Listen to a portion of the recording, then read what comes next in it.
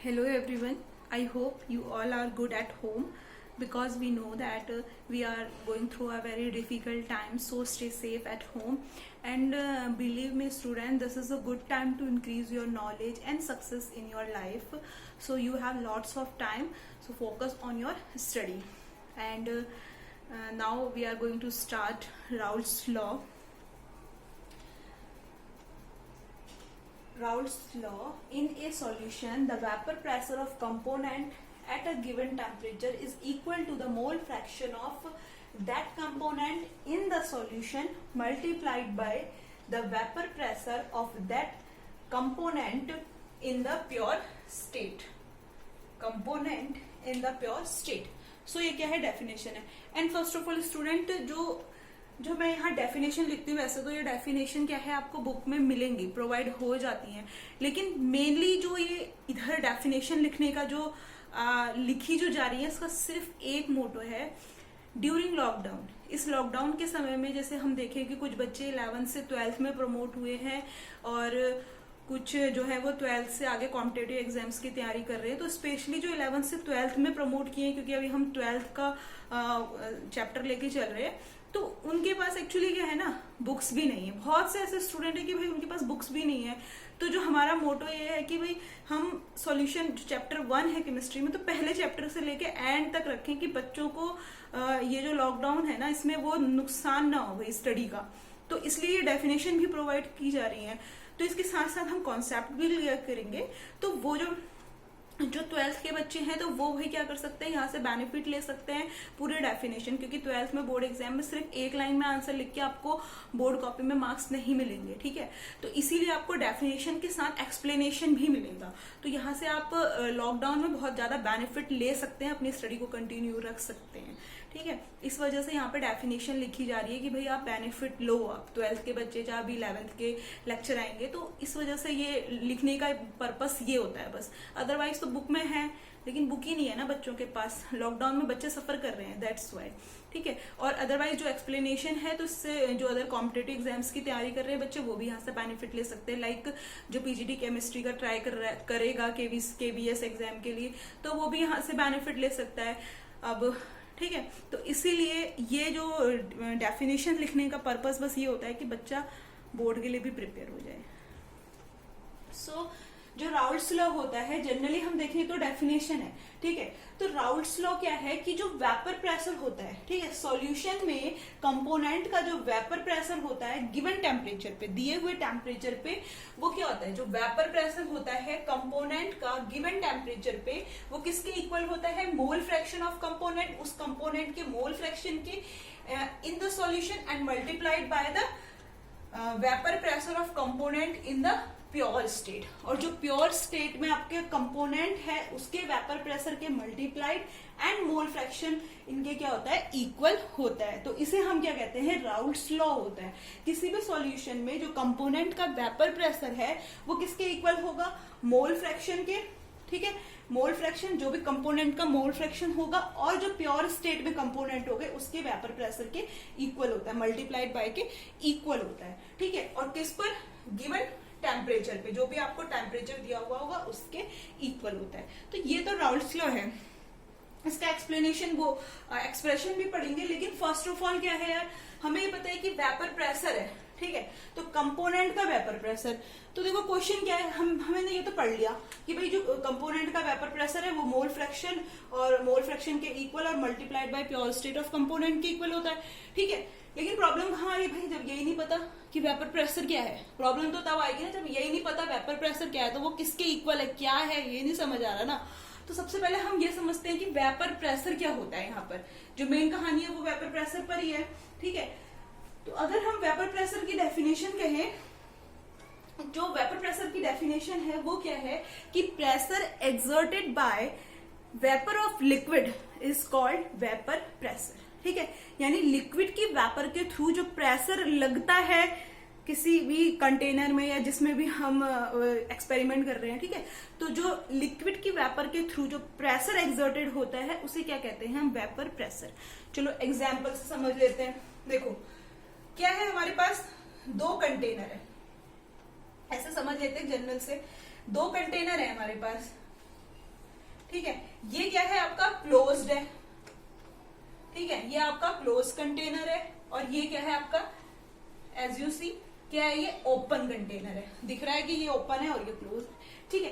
अब क्या कर रहे हैं ना हम, इस क्लोज कंटेनर में हमने क्या करा, कोई भी लिक्विड फिल करा, ठीक है, क्या फिल करा, लिक्विड, ठीक है। अब इस लिक्विड को क्या कर रहे हैं हम, हीट दे रहे हैं, या फिर हम कह सकते हैं एक गिवन टेम्परेचर दे रहे हैं, ठीक है। इस टेम्परेचर पे हम क्या कर रहे हैं, इस लिक्विड को हीट कर रहे हैं, तो क्या होगा भाई, लिक्विड वाटर है मान लिया, ठीक है। तो जब इसे हीट करेंगे तो क्या होगा, ये जो हीट होगी, इस हीट में से क्या होंगी, वेपर्स तो निकलेंगी, ठीक है। जब आप पानी को गर्म करते हो तो ऊपर से वेपर ही तो निकलती हैं, और वो जाके एयर में, एटमॉस्फेयर में मिक्स होती हैं। तो यहाँ पर भी क्या होगा, जब आप लिक्विड को हीट करोगे या उसे टेम्परेचर दोगे एक, तो उस टेम्परेचर पे ये लिक्विड जो होगा किस में कन्वर्ट होगा, वेपर में कन्वर्ट होगा, ठीक है। वेपर में कन्वर्ट हो गया, लिक्विड वेपर में कन्वर्ट हुआ, व्हेन आपने क्या करा कि टेम्परेचर दिया। तो जब ये वेपर में कन्वर्ट हुआ तो देखो क्या हो रहा होगा, जब ये लिक्विड वेपर में बन रहा है तो इस कंटेनर से बाहर ये वेपर नहीं जा पा रही है, क्यों, क्योंकि आपका कंटेनर क्या है, क्लोज्ड है, ठीक है। तो कंटेनर क्या है, क्लोज है, तो इस वजह से क्या होगा, जो ये वेपर निकलेगी तो इसका जो प्रेशर होगा वो क्या होगा, यहाँ पे इस वॉल की क्या होगा, वो सॉरी कंटेनर की वॉल्स पे प्रेशर लगेगा, ठीक है, क्योंकि प्रेशर तो बाहर तो निकल नहीं पा रहा है, जो भी आपकी वेपर है, गैस है, तो उसका जो प्रेशर है वो इससे बाहर तो नहीं निकल रहा है। तो क्या होगा भाई, इस कंटेनर की जो वॉल्स हैं यहीं पे तो प्रेशर बनने लगेगा, लगने लगेगा प्रेशर, ठीक है। तो प्रेशर, यहाँ पे प्रेशर क्रिएट हो गया, ठीक है। अब क्या होगा, कंटेनर तो आपका क्लोज ही है, अब जो कुछ ड्रॉप्स होंगी, जैसे आपने देखा होगा, अगर जनरली देखो कि जब आप पानी को गर्म करते हो किसी बर्तन में, तो जब क्या होता है कि वेपर जाती है ऊपर की ओर, जब वेपर निकलती है, अगर उस पर आप एक ढक्कन रख दो, तो कोई भी ढक दो उसे, तो क्या होगा, जो वाटर की ड्रॉपलेट होंगी वो कहाँ पर होंगी, उस बर्तन के जो लोअर सरफेस होगी उस पर क्या होंगी, ड्रॉपलेट्स चिपक जाएंगी, मतलब ड्रॉपलेट्स उस पर आ जाएंगी, ठीक है। यानी कि प्रेशर कहाँ लगा, उतने एरिया पे लगा, यानी कि प्लेट के नीचे एरिया तक, ऊपर नहीं गया, क्योंकि हमने प्रेशर को नीचे की ओर बंद कर दिया, किसके थ्रू, किसी भी प्लेट के थ्रू। सेम ऐसे यहाँ पे हम कर रहे हैं, तो वो ड्रॉपलेट्स जो होंगी वो क्या होंगी, कुछ टाइम बाद वो ड्रॉपलेट नीचे ही तो आएंगी, ठीक है, नीचे उसी लिक्विड में आ जाएंगी, ठीक है। तो यहाँ पे भी क्या है, जो प्रेशर क्रिएट हुआ वो इस कंटेनर की वॉल्स पे क्रिएट होगा, बाहर नहीं निकल पा रहा है प्रेशर, क्योंकि कंटेनर आपका क्लोज है, और जो ड्रॉपलेट्स हैं या जो वाटर की जो प्रेशर जो लगा है वो यहाँ पर है। फिर जो ये ड्रॉपलेट्स होंगी ये वापस कहाँ मिक्स हो जाएंगी, लिक्विड में ही हो जाएंगी, क्योंकि आपने जो फोर्स लग रहा है वॉल पे उसे ओपन नहीं किया, या जो भी आपका कंटेनर है क्लोज है उसे खोला नहीं, तो प्रेशर यही लग गया ना। और उसके बाद जो उसकी लिक्विड्स होंगी, जो ड्रॉपलेट होंगी, वो वापस कहाँ मिक्स हो जाएंगी, लिक्विड में ही हो जाएंगी वापस मिक्स, ठीक है, नीचे ही तो आएंगी। फिर जब वो ठंडा होगा टेम्परेचर तो उसके बाद वो नीचे ही तो आएंगी, ठीक है। तो आप देखो क्या हो रहा है, आप लिक्विड से किसकी ओर चल रहे हो, वेपर की ओर, और फिर वेपर से किसकी ओर चल रहे हो, लिक्विड की ओर। ऐसे ही तो हो रहा है, लिक्विड से वेपर बन रही है, वेपर से प्रेशर यहाँ पे क्रिएट हो रहा है, फिर वो जो ड्रॉपलेट्स हैं वेपर की वो वापस किस में आ जा रही है, लिक्विड में ही आ जा रही है। तो रिएक्शन क्या चल रही है, liquid to vapour, vapour to liquid, यानी कि एक टाइप की क्या है, ये रिवर्सेबल रिएक्शन है, reactant to product and then product will be reactant. तो ये रिएक्शन चल रही है, तो ये क्लोज कंटेनर में हो रहा है, जिसकी लिक्विड की वजह से जो लिक्विड की वेपर है उसकी वजह से क्या हो रहा है, एक प्रेशर क्रिएट हो रहा है, उसी को हम क्या कहते हैं, वेपर प्रेशर कहते हैं, ठीक है। तो क्लोज कंटेनर में तो वेपर प्रेशर बनती है।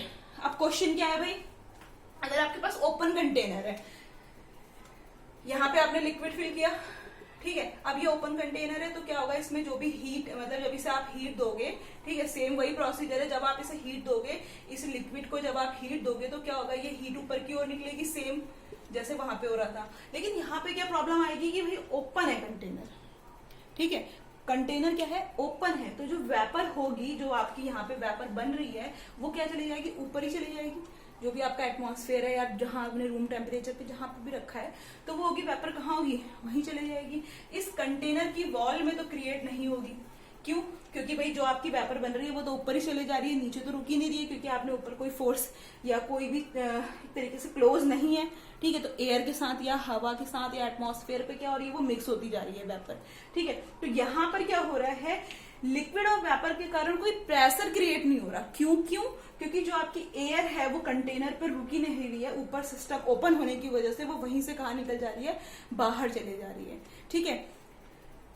तो प्रेशर तो यहाँ पे लग नहीं रहा, तो यानी कि इट मीन्स आपको रिजल्ट क्या मिल रहा है कि जो ओपन कंटेनर होते हैं वहां पर वेपर प्रेशर क्रिएट नहीं हो रहा है। क्यों? जैसे कि अगर आप for example cup of tea लो, एक कप में आपने टी लिया है, उसे वो हीट है भाई, एक टेम्परेचर पे बनी हुई है, ठीक है। तो अब क्या होगा, थोड़े टाइम बाद जो उसकी वेपर है वो ऊपर उड़ती जाएगी और जो नीचे का आपकी टी है वो क्या हो जाएगी, कोल्ड हो जाएगी ना।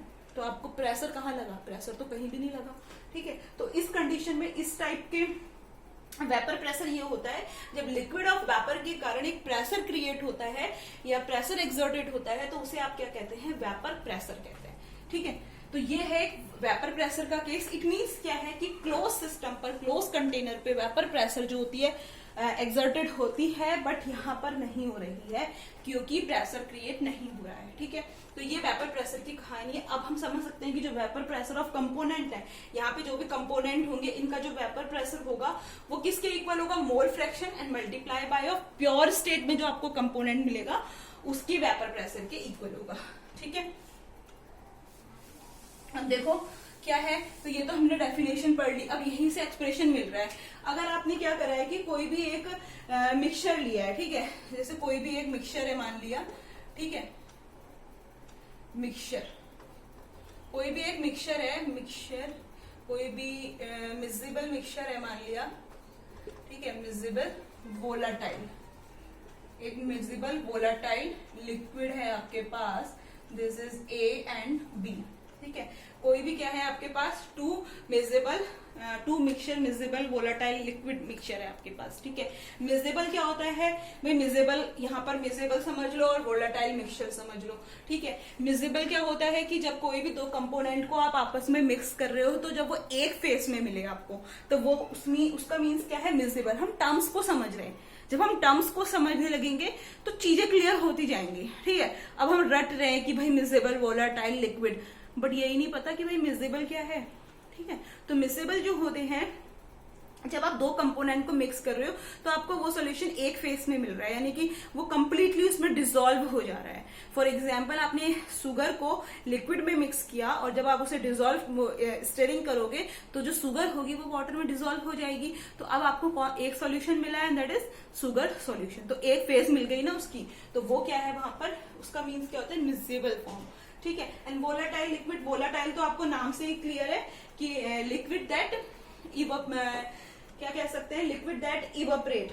ठीक है। कोई भी ऐसा लिक्विड जो इवापरेट हो जाता है एट रूम टेम्परेचर, तो वो क्या है आपका वोलाटाइल लिक्विड होता है। अब यहाँ पे आपने दो लिक्विड लिए ए और बी, तो इनके लिए हम वेपर प्रेशर लिखते हैं।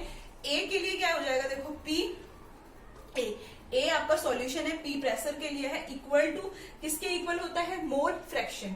तो एक्स ए क्या है आपका solution and multiplied by pure state, जो कंपोनेंट है आपका प्योर स्टेट में, पी ए नॉट ले लेंगे इसे, ठीक है।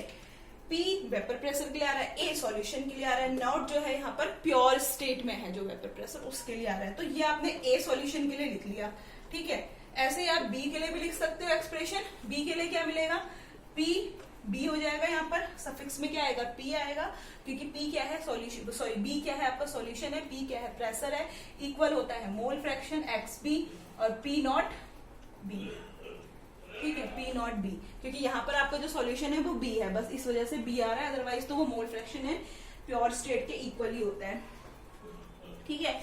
तो ये हो गया आपका इसका एक्सप्रेशन हो गया किसका, रॉल्स लॉ का। अब यहां से अगर क्या हो, ठीक है, तो पी ए क्या है, vapour pressure of component, X A क्या है, mole fraction of component, P A naught क्या है आपका यहाँ पर, vapour pressure of pure solvent, जो प्योर सॉल्वेंट के वेपर प्रेशर का वेपर प्रेशर है, पी ए नॉट, ठीक है। अब क्या होगा देखो, अगर क्या हो total pressure, if total pressure क्या हो आपका पी हो, ठीक है, इफ टोटल प्रेशर क्या है पी हो, तो जो डॉल्टन पार्शियल लॉ है, Dalton partial law, Dalton law partial pressure का, जो Dalton law of partial pressure, ठीक है, जो डाल्टन का पार्शियल प्रेशर का लॉ है वो क्या होता है, P इक्वल टू होता है P1 plus P2 plus P3 होता है। ठीक है, जो डाल्टन का पार्शियल प्रेशर का लॉ है वो क्या होता है, P equal to P1 plus P2 plus P3 plus P4, जितने भी आपके प्रेशर है सबका सम। ठीक है, तो यहाँ पर क्या हो जाएगा, P इक्वल टू क्या हो जाएगा आपके पास, एक तो PA है और दूसरा क्या है PB है। तो डाल्टन के अकॉर्डिंग क्या हो जाएगा, P equal to PA plus, ठीक है, तो डाल्टन पार्शियल लॉ के अकॉर्डिंग क्या हो जाएगा, P इक्वल टोटल प्रेशर, हाँ टोटल प्रेशर P है तो P equal to PA plus PB हो जाएगा। ठीक है, PA की वैल्यू रख लो यहाँ पर भाई, PA की वैल्यू क्या है, XA PA नॉट, तो XA PA not plus PB की वैल्यू रख लो XB PB नॉट। ठीक है, तो PA की वैल्यू है XA PA नॉट और इसकी वैल्यू है XB PB नॉट। अब यहाँ पर देखो क्या होता है, ये जो XA होता है, XA किसके इक्वल होता है यहाँ पे, 1 माइनस XB के। अब इसे देखो कैसे समझो, जो हमने मोल फ्रैक्शन, जब हमने मोल फ्रैक्शन समझा था तो मोल फ्रैक्शन में हमने ये समझा था कि जितने भी टोटल मोल फ्रैक्शन की जो इक्वल होता है, टोटल मोल फ्रैक्शन किसके होता है, 1 के। इसीलिए उस 1 में से हम क्या कर रहे हैं, जो सॉल्वेंट का मोल, प्योर सॉल्वेंट का जो मोल फ्रैक्शन है उसको क्या कर रहे हैं, माइनस कर रहे हैं। 1 क्यों लिख रहे हैं, क्योंकि टोटल जो सम होता है मोल फ्रैक्शन की वैल्यूज का वो क्या होता है, 1। और ये हम एक्सप्लेन कर चुके हैं किसमें, मोल फ्रैक्शन में। आप प्रीवियस वीडियो में जाके देख सकते हैं जहां मोल फ्रैक्शन करके होगा, मोल फ्रैक्शन के बारे में बताया है। ठीक है, तो अब देखो इस, यहाँ लिख लेते हैं, अब देखो इस XA की जगह पर हम क्या रख सकते हैं, 1 माइनस XB। ठीक है, 1 माइनस XB, XA की जगह पे क्या रख रहे हैं हम, 1 माइनस XB, क्योंकि XA इसके इक्वल है। ठीक है, और फिर ये PA नॉट, ये ऐसे आ जाएगा PA नॉट प्लस XB और PB नॉट, ये भी ऐसे आ जाएगा। ठीक है, तो हमने किसकी वैल्यू रख दी, XA की वैल्यू रख दी। अब इसे डिवाइड कर लो, PA को इससे करोगे तो क्या मिलेगा, PA नॉट माइनस PA को XB से करोगे तो क्या मिलेगा, PB XB प्लस, अब ये XB PB ऐसी रह जाएगा, XB PB। ठीक है, अब ये PA नॉट यहाँ ऐसी रहेगा, PA नॉट। अब माइनस क्या करोगे यहाँ पर, अब क्या कर सकते हैं हम भाई, हमारे पास क्या है, PB है, सॉरी ये PA XB से डिवाइड हुआ ना, तो यहाँ पे क्या मिलेगा आपको, PA XB plus XB PB। अब फिर PA नॉट की जगह आपने PA नॉट रख दिया। ठीक है, अब क्या होगा, जो इसमें से कॉमन वैल्यू है उन्हें एक साइड लिख लेंगे, जो कॉमन है। ठीक है, अब इनमें से देखो भाई XB और XB कॉमन है ना, तो यहाँ पे क्या ले लेंगे हम, XB। ठीक है, फिर क्या हो जाएगा, प्लस PA नॉट है, ये PA नॉट, ये भी क्या है PB नॉट, तो यहाँ पे हो जाएगा PA प्लस PB नॉट। आया समझ में यहाँ तक, PA नॉट, ठीक है, PA not minus PA not XB plus XB PB not बना था। फिर वहां से हमने PA नॉट लिया माइनस XB, ठीक है, माइनस XB ले लिया और यहाँ से जो कॉमन वैल्यू उसकी वो इधर ले ली, और PA जो आपका बचा PA नॉट और PB नॉट वो एक साइड चला गया। ये है PA नॉट और PB नॉट। ठीक है, कर लेते हैं इसे थोड़ा,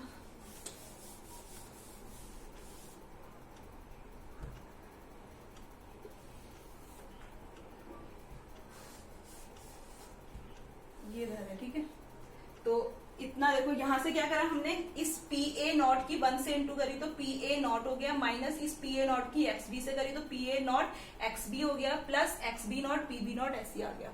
अब यहाँ PA नॉट ये ऐसे लिख दिया, PA नॉट माइनस इस XB को हमने कॉमन ले लिया, फिर प्लस क्या है PA not plus PB not. अब बस आपको क्या मिल गई, इक्वेशन यहीं से मिल गई कि देखो PA नॉट माइनस XB, इसको आप उल्टा करके भी वैसे पलट भी सकते हैं। ठीक है, इसे हम कैसे लिख सकते हैं, PA नॉट माइनस XB। अब क्या होगा, देखो PB को हम इधर भी लिख सकते हैं। ठीक है, PB को हम इधर लिख सकते हैं, तो उससे क्या होगा, ये माइनस में होगा क्योंकि ये PA नॉट माइनस में है ना, तो PB नॉट, तो आपको क्या मिलेगा, इसको ऐसे लिख सकते हैं PB not minus PA not. ठीक है, तो ये क्या मिल गया आपको, टोटल इक्वल वैल्यू मिल गई। ठीक है, मोल जब क्या है कि टोटल प्रेशर होगा तो P इक्वल टू क्या आ जाएगा, PA not plus XB plus X B और फिर ब्रैकेट में minus P A plus P B not. अब पी ए उधर ले जाओगे तो माइनस में हो जाएगा। अच्छा ये प्लस में रहेगी, यहाँ पे प्लस में है ना एक्स बी, इसीलिए ये प्लस में है ना एक्स बी, ठीक है, तो इसीलिए प्लस में आएगी यहाँ से। तो आपको P इक्वल टू क्या मिल गया, P A not plus X B और फिर P B not minus P A not. So this is according to Raoult's law if total pressure is P। अगर टोटल प्रेशर आपका P है तो ये एक्सप्रेशन आपको यहां से मिल जाएगा।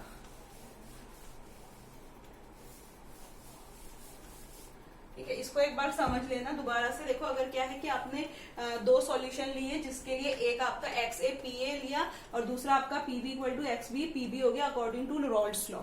ठीक है, अब टोटल प्रेशर क्या है, पी है, तो डॉल्टन प्रेशर पार्शियल लॉ के अकॉर्डिंग क्या होता है, P equal to P one total pressure का सम। ठीक है, तो पी इक्वल टू क्या हो जाएगा, P A plus P B. P A की वैल्यू है X A P A not, तो X A P A not plus plus था यहाँ पे, पीबी की वैल्यू है X B P B naught. ठीक है, तो X B P B naught हो गया। अब देखो क्या है भाई, एक्स ए इक्वल टू मैंने यहाँ बताया कि एक्स ए इक्वल टू क्या होता है आपका 1 माइनस एक्स बी होता है, क्योंकि टोटल मोल फ्रैक्शंस का सम जो होता है वो एक के इक्वल होता है। तो हमने 1 माइनस एक्स बी रख दिया, एक्स ए की जगह पर पी ए नॉट वैसे ही लिख दिया, plus X B P B naught आ गया।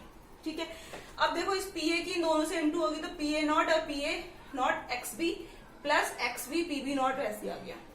फिर है पी ए नॉट लिख लिया, माइनस देखो क्या इन दोनों में से एक्स बी को कॉमन ले लिया तो एक्स बी हो गया। ठीक है, जो पी ए नॉट तो पी ए नॉट रहेगा और उसमें से हमने क्या करा, एक्स बी को कॉमन ले लिया। ठीक है, ये प्लस में ही रहेगी क्योंकि एक्स बी आपका प्लस में ही है ना। हाँ, तो एक्स बी ले लिया। अब क्या होगा यहाँ पर, ये पी ए नॉट इधर आ गया, माइनस पी ए नॉट और फिर प्लस पी बी नॉट, ये ऐसे लिख दिया। अब ये जो पी ए नॉट है यहाँ प्लस एक्स बी नॉट ऐसी है।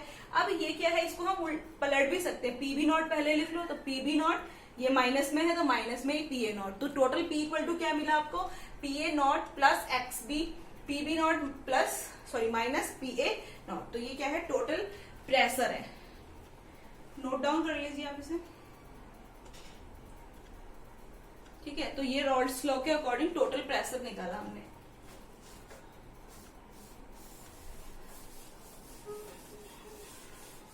अब देखो क्या है ना, एक ग्राफ आ सकता है तो बनाने के लिए कि graph between pressure and mole fraction, pressure and mole fraction, ठीक है। तो अगर प्रेशर और मोल फ्रैक्शन के बीच में ग्राफ आएगा बनाने के लिए तो कैसे करना है, देखो यहाँ पे ग्राफ करेंगे हम ड्रॉ, तो देखो क्या होगा, यहाँ पर हो जाएगा एक्स ए